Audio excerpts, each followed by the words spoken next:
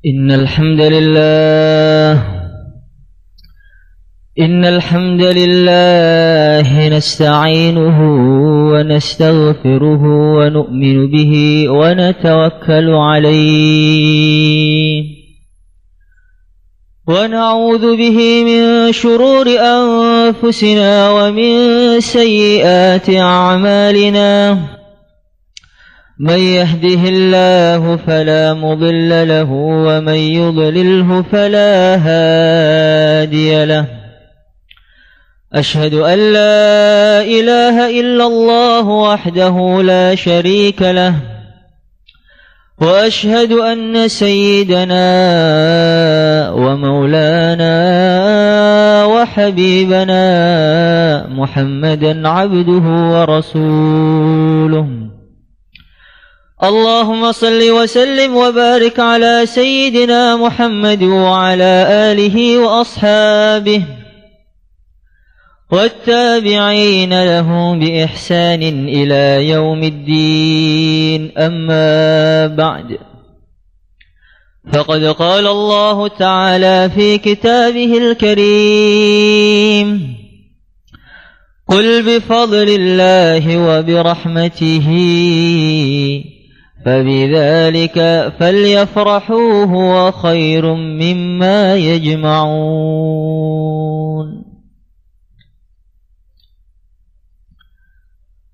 Para hadirin yang kami hormati, yang kami muliakan, sudah menjadi ciri khas para nabi, para rasul, ciri khas para siddiqin, ciri khas orang-orang soleh sebelum kita. Mereka selalu berdoa kepada Allah Subhanahu wa ta'ala, meminta kepada Allah Subhanahu wa ta'ala agar diberi anak dan istri yang menggembirakan mereka, diberi anak yang menyejukkan mata mereka, yang membanggakan orang tuanya, yang taat membantu orang tuanya,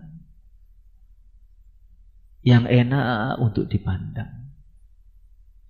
Maka mereka selalu berdoa, Rabbana hab lana min azwajina wa dhurriyyatina qurrata a'yun waj'alna lil muttaqina imama.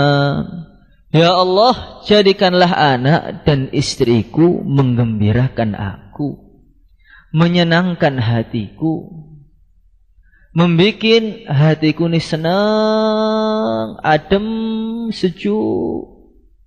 Bukan anak yang membangkang kepada orang tuanya, yang hidupnya hanya menyusahkan orang tuanya. Maka hadirin yang dimuliakan oleh Allah Subhanahu wa ta'ala, dulu Nabi Ibrahim alaihi salatu wassalam, beliau selalu berdoa hingga Allah Subhanahu wa ta'ala memberi beliau ini 2 istri dan 2 anak. Yang keduanya menggembirakan semuanya, keduanya menyenangkan hati beliau semuanya. Istri yang pertama ini namanya Sayyidah Sarah, seorang wanita yang begitu mulia, begitu hebat, begitu salehah. Sampai para mufassirin mereka mengatakan keturunan Siti Hawa yang paling cantik di atas muka bumi ini, di bawah kolong langit itu Sayyidah Sarah. Orangnya itu putih. Di kitab tafsir jelaskan lehernya itu jernih. Saking jernihnya sampai kalau beliau minum aliran airnya tampak dari luar. Nih. Kalau beliau jalan di malam hari maka tidak butuh dengan lampu. Karena seluruh lorong-lorong yang ada di kota beliau sudah mendapatkan pantulan cahaya dari kulitnya Sarah ini. Ini sempurna zahir batin. Istri yang kedua namanya Siti Hajar, Sayyidah Hajar. Seorang wanita yang begitu melegenda, yang mana para nabi, para rasul, orang-orang soleh, orang kaya, orang miskin, anak-anak, ulama, orang awam semua diperintahkan untuk mengenang perjuangan Hajar ini. Kalau kita datang ke Makkah Al-Mukarramah sekarang, maka ada orang-orang lari dari Bukit Safa, Marwa, raja-raja, orang-orang miskin, semua menggunakan baju lari kanan, baju putih-putih. Inna Safa wal Marwata min sya'airillah.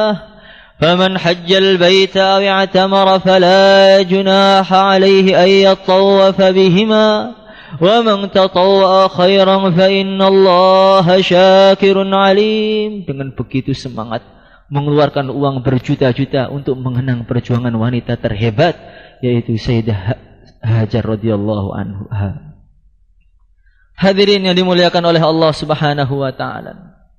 Beliau juga punya anak yang keduanya hebat semua, Nabi Ishaq dan Nabi Ismail. Diceritakan oleh para ulama, ketika Allah Subhanahu wa taala memerintahkan Nabi Allah Ibrahim alaihi salatu wassalam untuk menyembelih anaknya, maka pada mulanya Nabi Ibrahim itu tidak bercerita kepada Ismail, tidak bercerita kepada Hajar. Beliau diam saja. Setelah beliau mimpi menyembelih anaknya, belum bercerita kepada anaknya. Langsung dipanggil ini Ismail. Ini ikut saya.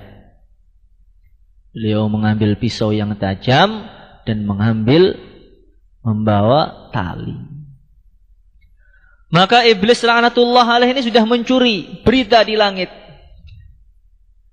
Hari ini Ibrahim alaihi salatu wassalam mendapatkan satu ujian yang begitu berat. Satu ujian yang mana kalau Ibrahim ini lulus dalam ujian tadi, Ibrahim akan ditingkatkan derajatnya dengan begitu tingginya. Akan ditingkatkan derajatnya dengan begitu hebatnya. Akan diberi gelar Khalilullah, kekasih Allah. Maka iblis ini bingung ini. Ibrahim ini dapat ujian besar untuk menyembelih anaknya. Jangan sampai dia berhasil, jangan sampai dia lulus. Kalau sampai dia lulus, dia semakin hebat, semakin tinggi derajatnya, semakin sulit untuk saya goda. Akhirnya iblis ini mengadakan musyawarah. Gimana? Kita harus bisa menggagalkan Ibrahim untuk menyembelih anaknya. Jangan sampai dia berhasil, jangan sampai dia lulus. Bahaya ini. Maka setelah mengadakan musyawarah besar antara iblis dan syaitan ini, mereka usul, sudahlah, kita goda Ibrahimnya langsung yang paling bersangkutan. Kalau Ibrahim sudah menggagalkan, sudah gagal nanti, derajatnya akan turun. Maka iblis mengatakan, jangan Ibrahim. Ibrahim itu Nabi, Rasul, susah digoda. Yang lain, usulnya gimana? Kalau Ibrahim terlalu susah, mungkin kita goda anaknya saja, Ismail. Umurnya masih muda, masih 9 tahun. Ilmunya mungkin masih sedikit. Imannya masih tidak terlalu tinggi. Ini jauh lebih mudah daripada ayahnya. Iblis mengatakan, nggak bisa. Ismail itu kecil-kecil tapi anak Nabi. Dia setiap hari bertemu dengan Ibrahim, suhbah berjumpa dengan Ibrahim, maka akan banyak nur-nur yang masuk dalam hati Ismail ini. Dengan sendirinya akan banyak nur-nur yang tidak bisa didapatkan kecuali berjumpa dengan ayahnya. Dan hari-hari dia berjumpa dengan ayahnya. Susah ini. Karena iblis itu paham, orang yang sering berjumpa dengan orang-orang soleh, suhbah dengan orang-orang soleh, itu derajatnya iman itu akan meningkat dengan sendirinya. Maka Syekh Ahmad Al-Faruqi As-Sirhindi, beliau itu disurati oleh sebagian ulama.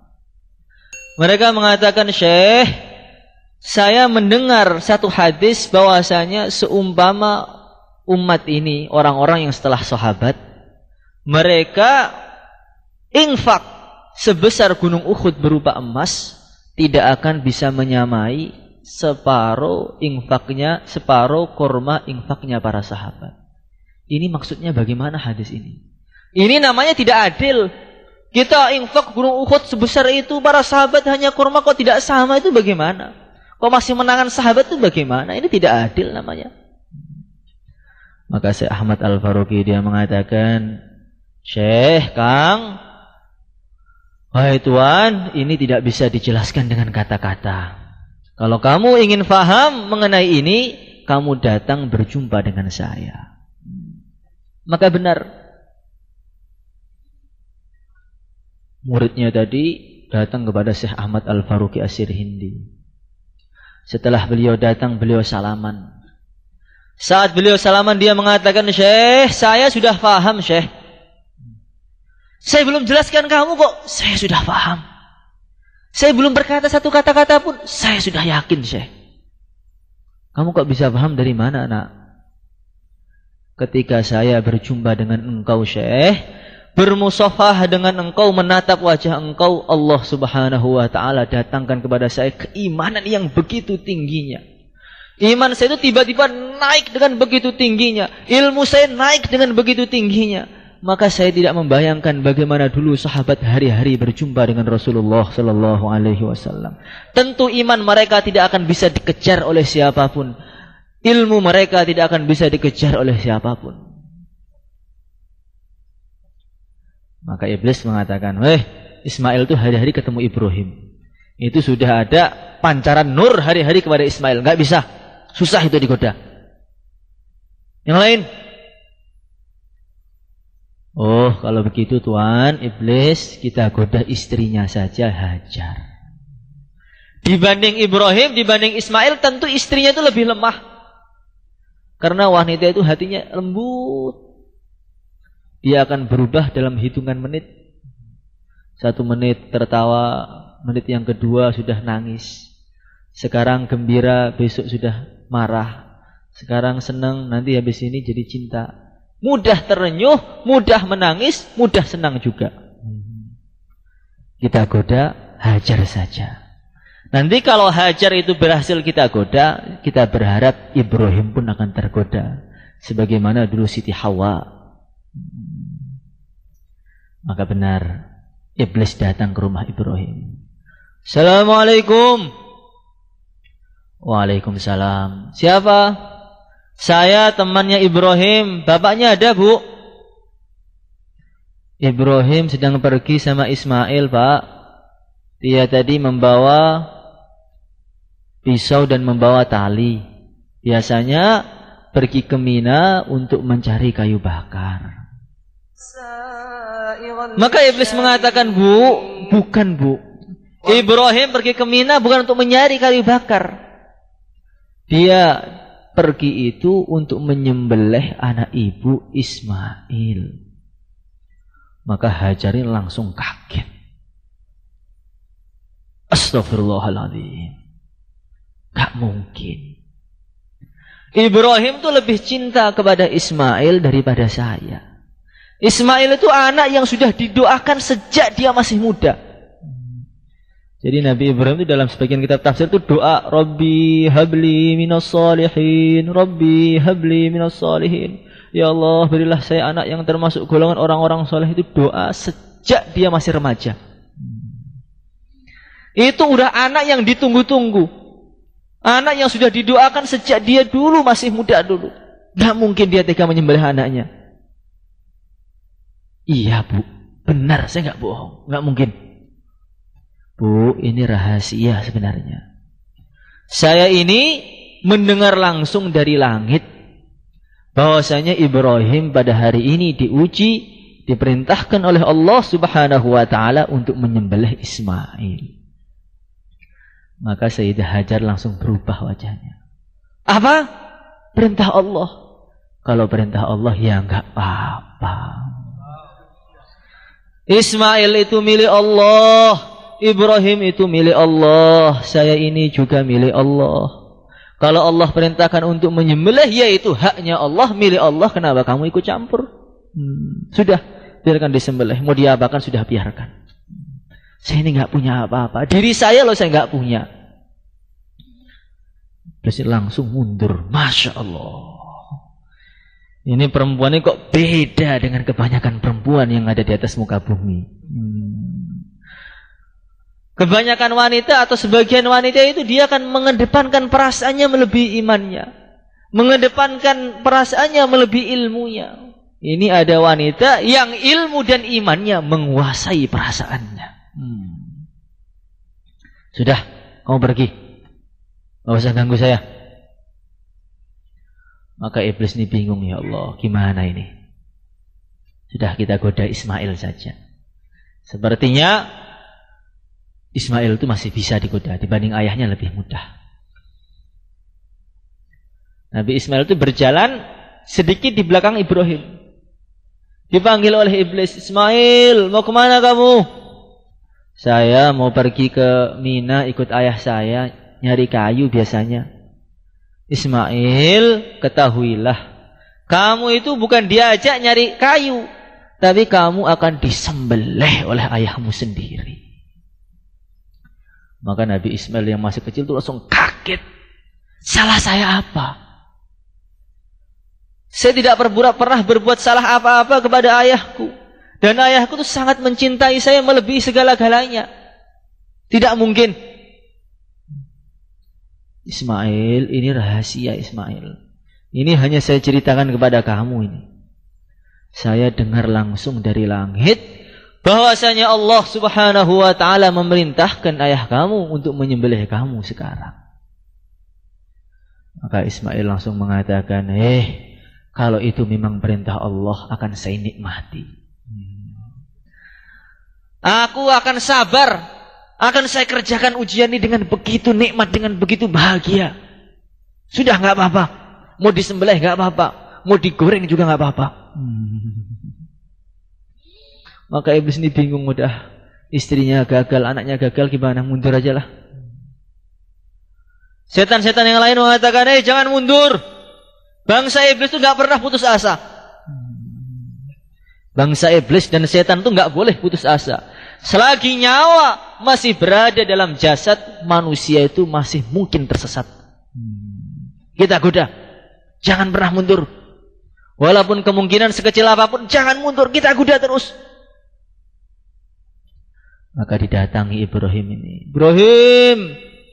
Ibrahim, kamu lihat saya ini, Ibrahim, saya ada penting dengan kamu. Maka dilihat oleh Nabi Ibrahim. Iblis, ada apa? Kenapa kamu ke sini? Saya dengar-dengar kamu ini mimpi menyembelih anakmu. Dan kamu maknai mimpi itu dengan itu adalah perintah Allah. Benar apa enggak? Benar. Wahai Ibrahim, yang ada di dalam mimpimu itu saya. Itu bukan perintah Allah. Saya sengaja datang dalam mimpimu supaya engkau mengira itu perintah Allah. Sehingga kamu menyembelih anak yang tidak berdosa, sehingga Allah akan murka besar kepada kamu, wahai Ibrahim. Ini saya. Kalau kamu betul-betul membunuh Ismail, sedangkan Ismail itu manusia dan anak kecil dan tidak berdosa, Allah akan murka besar kepada kamu, akan dibuang kamu jauh-jauh dari ridha Allah. Maka Nabi Ibrahim mengatakan, iblis, kalau mau goda orang itu dilihat-lihat dulu. Goda yang lain sana loh, jangan saya. Salah orang kamu. Saya ini Nabi, saya ini Rasul, saya tahu mana yang hak, mana yang batil. Kamu tuh bohong. Langsung diambil batu, dilempar. Datang lagi, dilempar lagi. Datang lagi, dilempar lagi. Gak ada henti-hentinya iblis nih. Sudah gagal, datang lagi. Dilempar batu lagi. Datang lagi, dilempar batu lagi. Sehingga diabadikan di Mina sana. Ada Jamrah Ula, Wusta, Aqobah. Ini adalah kenangan besar perjuangan Ibrahim alaihi salatu wassalam. Maka sesampai di Mina atau sekitarnya, Nabi Ibrahim memanggil anaknya. Ya bunayya inni ara fil manami anni adbahuk fanzur madza tara. Wahai Ismail, saya ini kok mimpi nyembelih kamu, wahai Ismail. Kira-kira gimana pendapat kamu mengenai mimpi saya itu gimana? Kira-kira mimpi saya itu takwilnya apa? Maknanya apa, wahai anakku Ismail? Jadi Nabi Ibrahim itu tidak mengatakan, Ismail, saya dapat perintah Allah untuk menyembelih kamu, kamu harus taat. Tidak.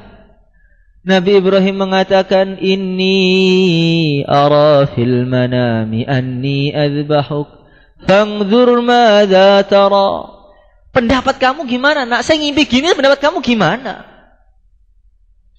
Maka benar, anaknya memang mempunyai kelebihan, kehebatan, keimanan yang begitu tinggi.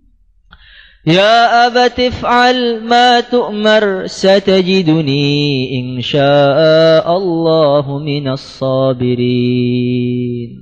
Wahai ayahku, kerjakan apa yang Allah perintahkan kepada engkau. Engkau akan menemukan aku termasuk golongannya orang-orang yang sabar, insya'allah. Maka Nabi Ismail ini mengatakan, wahai ayah, sebelum engkau menyembelih saya ya, saya minta beberapa permintaan. Yang pertama, saya minta kepada engkau, nanti anak-anak kecil yang seumuran dengan saya, yang sebaya dengan saya, seletingan dengan saya, jangan boleh mereka berlari-lari, bermain-main di depan ibu saya. Karena saya khawatir ketika ibu saya melihat mereka bermain-main, melihat mereka lari-lari, ibu akan teringat kepada saya. Kalau ibu teringat kepada saya, dia akan sedih. Dan saya khawatir kalau ibu sedih akan mengurangi pahala ibu saya. Karena seakan-akan kurang ridho, seakan-akan kurang rela, kurang puas, kurang syukur dengan perintah Allah Subhanahu wa ta'ala. Maka saya tidak mau ya, ibu saya pahalanya berkurang. Yang kedua ya, saya minta, ketika engkau mau menyembelih saya nanti, engkau ikat tubuh saya. Karena disembelih itu sakit. Maka saya takut kalau disembelih nanti saya meronta, kesakitan. Kalau saya kesakitan, meronta, saya takut pahala saya akan berkurang. Karena seakan-akan saya kurang ridho, kurang nikmat, kurang syukur dengan perintah Allah. Karena saya takut pahala saya berkurang ya, itu tali ikat sekencang-kencangnya ke dalam tubuhku, tubuhku diikat sekencang-kencangnya supaya saya nggak bisa gerak. Kalau saya nggak bisa gerak, saya nggak meronta. Kalau saya nggak meronta, pahala saya sempurna ya. Maka benar, ikat sekencang-kencangnya. Kemudian diletakkan di atas batu. Ketika Nabi Ibrahim alaihissalatu wassalam mau menyembelih anaknya, terjadilah tatapan wajah, tatapan muka. Ismail memandang Ibrahim, Ibrahim memandang Ismail. Anak yang begitu dia sayangi, anak yang begitu soleh, anak yang begitu tampan, anak yang suaranya begitu indah, sempurna dari segala sisinya, yang lembut sekali. Sudah berbaring di depan mata, mau disembelih. Bagaimana perasaan seorang ayah? Maka ketika Ibrahim menatap Ismail, enggak tega, sehingga wajah Ibrahim itu berubah memerah. Ditahan-tahan, bismillahirrahmanirrahim, ditahan, gemetaran menyembelih Ismail. Maka Nabi Ismail mengatakan, ya, saya kok melihat wajahmu ini berubah. Sepertinya engkau tidak tega menyembelih saya ini ya. Kalau engkau tidak tega menyembelih saya khawatir akan mengurangi pahala engkau, wahai ayah.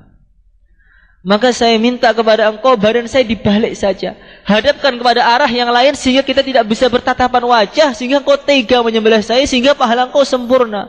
Saya enggak mau pahala engkau berkurang, wahai ayah.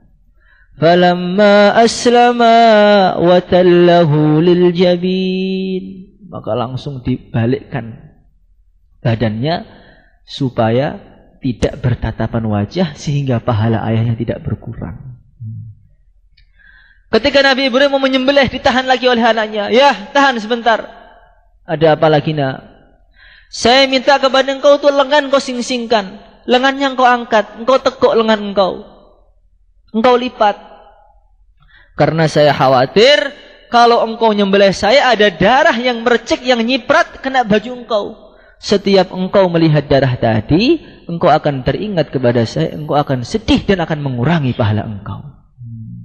maka lengannya dilipat saja ya, sehingga enggak ada darah yang kena baju, sehingga engkau tidak pernah teringat dengan saya, sehingga pahala engkau sempurna. Ini anak umur 9 tahun. Punya pemahaman yang begitu tingginya.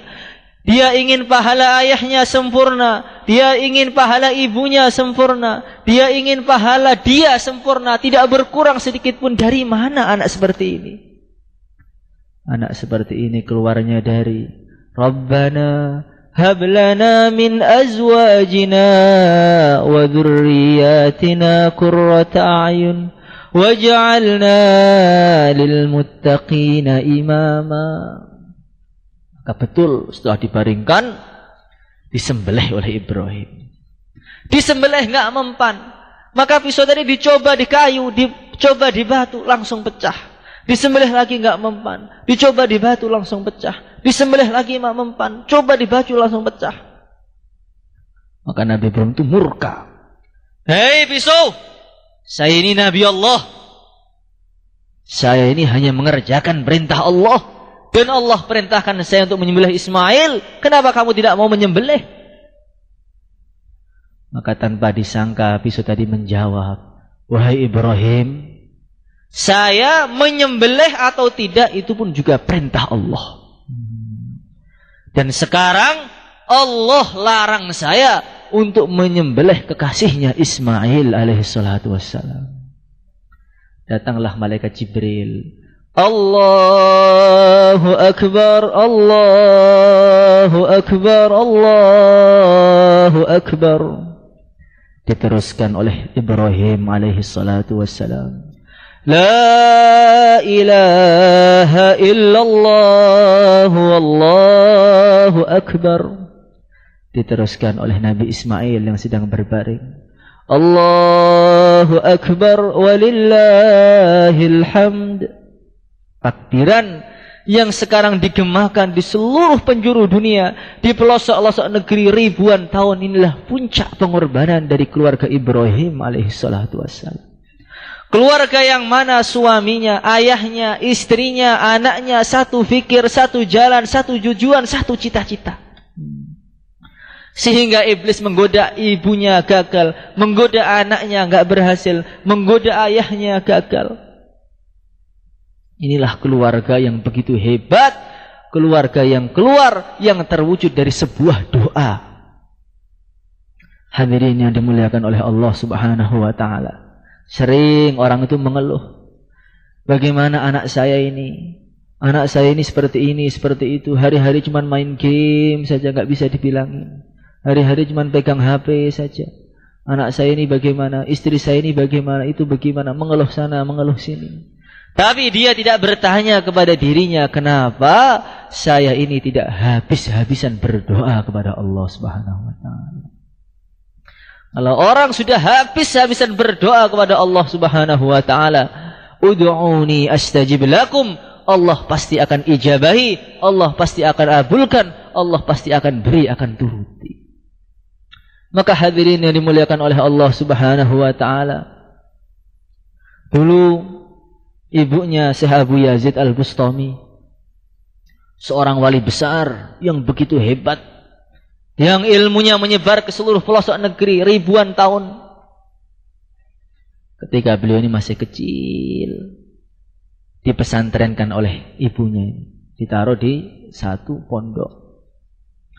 Maka gurunya ini nerangkan satu ayat, anishkurli wali walidayka ilayyal masir.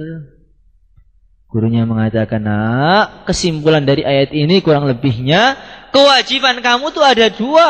Kewajiban kepada agama dan kewajiban kepada orang tua. Kamu harus berkorban, berjuang untuk agama dan harus berbakti kepada orang tua. Kamu punya dua kewajiban yang harus kamu kerjakan semuanya. Maka ketika mendengar tadi, anaknya langsung pulang, anak kecil ini. Bu, ada apa nak? Tadi ustadz saya nerangkan kewajiban saya ini ada dua, kewajiban kepada agama dan kewajiban kepada engkau wahai orang tuaku. Maka saya ingin pulang saja dari pesantren, saya ingin berbakti, ingin berkhidmat, ingin membantu engkau di rumah, Bu. Maka ibunya mengatakan, nak, semua hak-hak saya yang harus kamu kerjakan, kewajiban-kewajiban kamu kepada saya semuanya, nak, semua saya bebaskan, saya ikhlaskan semuanya. Kamu sekarang sudah saya wakafkan untuk agama. Berangkat mondok sana, cari ilmu, berjuang sana, jangan pernah pulang selama-lamanya.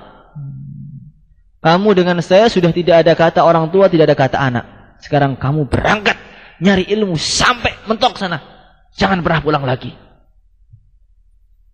Maka benar, Syekh Abu Yazid nyari ilmu dari satu negeri ke negeri yang lain, dari satu guru ke guru yang lain, terus berputar hingga beliau menjadi ulama yang paling hebat, menjadi ulama yang paling alim, walinya wali.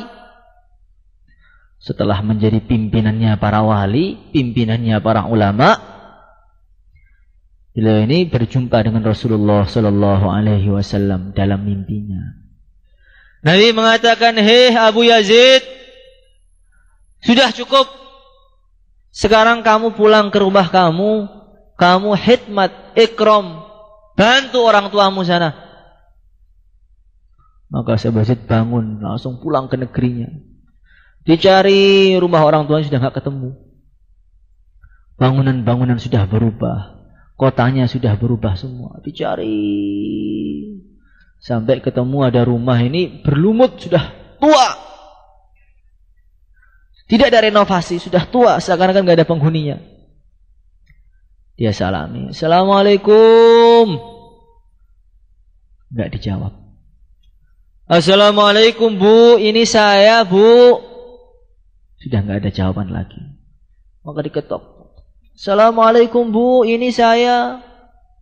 Setelah beliau berteriak, maka terdengar dari pojok rumah ini ada suara yang sudah serak sekali. "Waalaikumsalam, siapa?" "Saya, Bu, anak Ibu Abu Yazid Al-Bustami, Bu." Maka ibunya itu langsung berteriak, "Tidak, saya enggak punya anak. Anak saya sudah saya wakafkan untuk agama. Kenapa pulang lagi? Pergi sana." Diusir anaknya ini. "Bu, saya ini pulang bukan atas mau saya. Saya ini pulang atas perintah Rasulullah Sallallahu Alaihi Wasallam." Maka ketika mendengarkan perintah Nabi, dibukakan pintunya. Maka ibunya itu matanya sudah nggak bisa melihat lagi. Tua sekali, kurus sampai nggak bisa berdiri tegak. Harus pakai bantuan ini, jatuh lagi, bantuan ini, jatuh lagi. Maka ibunya mengatakan, "Nak, kamu tahu nggak kenapa mata ibu ini sampai rabun, sampai nggak bisa melihat seperti ini?" "Nggak tahu, Bu." "Semenjak kamu berangkat pesantren, Nak, semenjak kamu mondok itu, Nak, tidak henti-hentinya saya mengangkat tangan. Ya Allah, jadikanlah anak saya orang yang alim, ya Allah. Ya Allah, jadikanlah anak saya orang yang berhasil, ya Allah. Jadikanlah anak saya orang yang menyejukkan kuburan saya, ya Allah. Menuntun saya di surga, anak di dunia, anak di akhirat, ya Allah. Jangan kau buang dia dari agamamu, ya Allah." Tidak henti-hentinya saya berdoa, Nak, hingga air mata saya ini habis, hingga mata saya enggak bisa melihat lagi. Ini demi kamu, Nak. Kenapa? Kamu tahu enggak kenapa ibu ini enggak bisa berdiri lagi, badannya kurus seperti ini? Tidak tahu, Bu. Semenjak kamu berangkat pesantren, Nak, tidak henti-hentinya saya ini sholat, zikir lagi, keluar sebentar sholat lagi, keluar sebentar sholat lagi. Sampai saya enggak bisa berdiri. Saya doa, ya Allah, dengan berkah mujahadah saya ini, ya Allah, dengan berkah salat saya ini, ya Allah, jadikanlah anak saya yang sekarang sedang mencari ilmu orang yang hebat, ya Allah. Maka benar oleh Allah Subhanahu wa taala dikabulkan doanya. Maknanya bagaimana? Maknanya orang-orang yang punya anak yang hebat-hebat, yang menjadi asbab hidayah seluruh dunia, yang menghancurkan kebatilan, yang membongkar kemungkaran-kemungkaran di seluruh pelosok dunia. Ini orang tuanya itu betul-betul nangis doa kepada Allah supaya anaknya berhasil. Anak yang mahal, anak yang hebat itu berkah doanya orang tua, tangisannya orang tua. Maka tangisan orang tua ketika malam hari ini adalah modal yang terpenting untuk keberhasilan anak kita. Hadirin yang dimuliakan oleh Allah Subhanahu wa taala. Tetapi powernya doa, nilainya doa itu akan ada manfaatnya dengan sempurna kalau dalam hati kita ada rasa harap kepada Allah Subhanahu wa taala. Sebagian kita ini sering doa, ya Allah, ya Allah, ya Allah. Tetapi ketika berdoa itu tidak ada rasa harap pada Allah. Sudah tidak yakin ketika mengangkat tangan itu. Ya Allah, selesaikan masalahku ya Allah. Cuman ragu, selesai enggak. Bagaimana mungkin Allah akan mengabulkan doa orang-orang yang ragu kepada Allah? Maka mengangkat tangan itu dengan penuh keyakinan, dengan penuh rasa harap. Ya Allah, ya Allah, ya Allah, dengan penuh raja kepada Allah Subhanahu wa taala. Hadirin yang dimuliakan oleh Allah Subhanahu wa taala. Dalam satu riwayat diceritakan, di akhirat nanti ada seorang yang ditimbang amalnya. Ketika amalnya ditimbang, maka ternyata amal buruknya begitu banyak, keburukannya, dosanya begitu banyak, ibadah dia sedikit, zikir dia sedikit, dakwah dia lemah, ilmu dia rendah, semuanya sedikit. Maka malaikat mengatakan, Tuhan, sekarang Tuhan silahkan masuk ke neraka. Maka dia diam, tidak bergeming, tidak bergerak, tidak meninggalkan tempatnya. Malaikat mengatakan, Tuhan, sekarang Tuhan harus masuk neraka. Enggak mau saya. Kenapa kamu enggak mau? Alasan kamu apa? Ini akhirat ini. Dulu ketika di dunia, saya ini pernah mendengar satu hadis qudsi. Ana 'inda dhanni 'abdi bi. Saya ini menurut persangkaan hambaku kepada aku. Allah berfirman, saya ini menurut persangkaan hambaku kepada aku. Kalau hambaku menyangka baik, saya akan berbuat baik kepada dirinya. Kalau hambaku menyangka buruk, saya akan berbuat buruk kepada dirinya. Dan ketika di dunia dulu, demi Allah, saya ini selalu menyangka baik kepada Allah. Dalam hati saya sudah tertanam, Allah tidak akan tega, Allah tidak akan mungkin masukkan saya ke neraka, tidak mungkin. Allah sayang dengan saya, Allah cinta dengan saya, Allah suka dengan saya. Kenapa sekarang saya dimasukkan neraka? Berarti ini tidak sesuai dengan persangkaan saya. Berarti tidak sesuai dengan hadis Rasulullah sallallahu alaihi wasallam. Maka malaikat langsung mundur. Masya Allah, gimana ini? Ya Allah, ini ada hambamu, ya Allah, tidak mau masuk neraka. Lah kenapa? Dia mengatakan bahwasanya engkau berfirman, ana inda dhanni 'abdi bi. Saya ini menurut persangkaan hambaku kepada aku. Kalau hambaku menyangka baik, saya akan berbuat baik kepada dia. Kalau hambaku menyangka buruk, saya akan berbuat buruk kepada dia. Dan dia mengatakan bahwasanya dia selalu menyangka baik kepada engkau ketika di dunia, ya Allah. Maka Allah berfirman, benar. Hambaku itu selalu menyangka baik kepada saya. Sudah, biarkan dia masuk surga saja. Rasa baik sangka kepada Allah ketika doa ini adalah modal yang terpenting, yang paling wajib. Allah akan mengabulkan doa saya. Allah akan mengabulkan doa saya. Allah tidak mungkin menyia-nyiakan doa saya. Terus tancapkan dalam hati ini. Rasa inilah yang menjadi power bagi sebuah doa. Kalau sudah mengeluh, saya sudah banyak doa, tapi ya begini-begini saja, nggak ada faedah apa-apa. Ketika itulah Allah sudah tidak akan mengabulkan doa kita lagi. Hadirin yang dimuliakan oleh Allah Subhanahu wa taala. Maka dalam riwayat lain diceritakan, ada seorang ini dalam neraka sudah ribuan tahun, disiksa lagi, disiksa sampai jadi arang, diciptakan ulang, disiksa lagi sampai jadi arang, diciptakan ulang, terus tidak ada henti-hentinya. Dia berteriak, disiksa terus, nggak ada henti-hentinya. Setelah nggak tahu berapa ribu tahun, malaikat itu datang. Tuhan, Fulan bin Fulan dan Fulan bin Fulan, kamu dan kamu sekarang dipanggil oleh Allah Subhanahu wa taala. Maka dua orang tadi langsung begitu semangat, lari, alhamdulillahirabbil alamin, lulus saya. Lari meninggalkan neraka dengan begitu senangnya, dengan begitu gembiranya, dengan begitu riangnya. Maka ketika sowan kepada Allah Subhanahu wa taala, Allah berfirman, "Hei hambaku, kamu dan kamu sekarang kembali ke neraka lagi."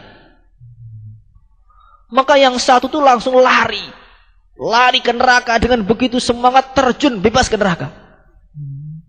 Yang satu lagi diam, tundukkan pandangan, badannya gemetar. Maka Allah panggil dua-duanya. Kamu saya perintahkan untuk ke neraka, kenapa kamu ini hanya diam di tempat gak bergerak? Wajahmu pucat, tundukkan pandangan. Maka dia mengatakan, ya Allah, ketika saya mendengar malaikat memanggil saya, bahwasanya engkau memanggilku, ya Allah, saya begitu senang. Karena saya sudah dalam hatiku sudah tercancap, kalau saya dipanggil Allah, maknanya saya dibebaskan dari neraka. Tapi sampai sini ternyata kau perintahkan saya ke neraka lagi, ya Allah, berat ya Allah. Maka hamba yang satunya ditanya, kalau kamu kenapa langsung lari ke neraka dengan begitu semangat, loncat terjun bebas di neraka? Ya Allah, saya sudah kapok ya Allah tentang engkau. Sudah enggak ingin tentang engkau lagi ya Allah. Dulu saya tentang engkau di dunia, suruh sholat enggak sholat, suruh zakat enggak zakat, suruh berjuang enggak berjuang, sekarang dibakar habis-habisan di neraka ini. Saya di akhirat takut kalau tentang engkau lagi masukkan ke dalam neraka yang paling dalam lagi ya Allah. Saya sudah enggak mau tentang engkau lagi. Maka Allah berfirman, persangkaan kalian kepada saya dua-duanya benar. Sikap kalian benar, sudah masuk surga dua-duanya. Akhirat itu tidak ada amalan lagi. Akhirat itu tidak ada amal lagi, hanya pembalasan. Tapi ketika di sana hati itu masih penuh dengan rasa harap pada Allah, Allah nilai rasa harap itu. Allah nilai rasa harap itu. Allah beri pahala yang begitu besar hingga di akhirat pun masuk surga karena husnudzon mereka. Hadirin yang dimuliakan oleh Allah Subhanahu wa taala. Doa harus dengan penuh rasa gembira, penuh rasa harap pada Allah Subhanahu wa taala. Dan yang terakhir, doa dalam perjuangan. Para ulama mereka mengatakan, doanya Nabi Ibrahim, Rabbi habli minas sholihin, itu dia doa yang paling banyak ketika dia berjuang zaman dengan Namrud dulu. Ketika dalam fisabilillah, ketika dalam perjuangan agama, doa itu akan ada lebih nilainya, lebih tinggi lagi. Maka kalau orang ketika berjuang doa, Rabbi habli minas sholihin, Rabbi habli minas sholihin, akan berlipat-lipat powernya dan akan lebih cepat dikabulkan oleh Allah Subhanahu wa taala. Maka dari majlis yang mulia ini, yang siap untuk khurud fisabilillah, berapa hari saja? 4 bulan, 40 hari. Silahkan ke selatan. Tambah masa, sisa masa. Yang masturah.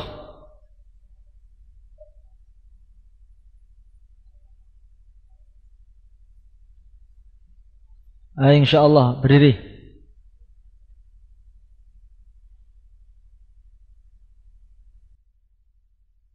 Niat dulu. Allah yang memberangkatkan.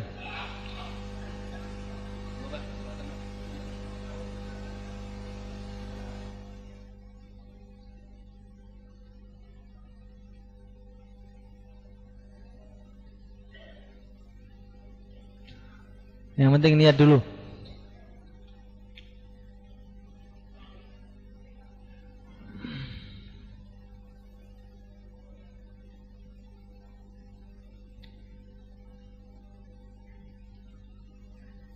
Dalam kitab Ihya itu diceritakan dalam bab niat. Ada seseorang yang jalan, ketika dia jalan melihat gundukan tanah, gunung. Dia mengatakan dalam hatinya, seumpama gunung ini diberikan kepada saya berupa makanan, akan saya sedekahkan semua habis kepada orang lain. Maka tiba-tiba Allah memberi wahyu kepada seorang nabi. Hei nabiku, katakan kepada fulan bin fulan, dia telah ditulis oleh Allah Subhanahu wa taala sedekah makanan segunung. Ini penting ini. Yang penting niat dulu. Niat dulu, kita niat. Berapa hari saja? Niat dulu. Jangan sampai tidak berjuang dan tidak niat berjuang. Ini sudah tidak mendapatkan apa-apa. Berjuang tidak, niat berjuang tidak, pengen niat pun tidak. Itu lebih dahsyat lagi, pengen niat pun tidak. Yang lebih dahsyat lagi, menghalangi orang untuk berjuang. Ini lebih parah lagi. Sudah Pak, di sini saja, nggak usah berjuang. Mungkin itu saya sampaikan, kurang lebihnya minta maaf.